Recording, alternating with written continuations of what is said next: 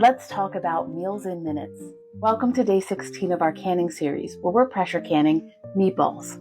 We can our meatballs in two different juices, both tomato juice and beef bone broth, so that we have variety on our shelves and with our meals.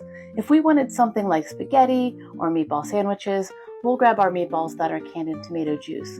If we wanted meatballs in gravy or Swedish meatballs, then we'll grab the bone broth. Let's talk about how to safely can meatballs, shall we? Let's go. The great thing about this process is you can use your favorite meatball recipe with little modifications. Use your favorite herbs and spices when you're forming your 2 to 3 inch meatballs, but omit things like dairy, eggs, butter, bread, oats, things that aren't normally safe to can. So essentially, just your seasonings. Then you want to par bake them, or you could saute them in a pan until they're just brown on the outside. This will help them to keep their shape when canning.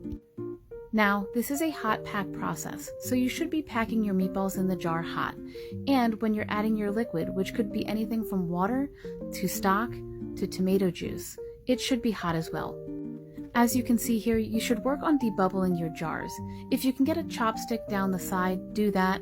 I find that if I tilt the jar a little bit and just tap, I can work the air bubbles out, because my goal is to maintain a 1-inch headspace.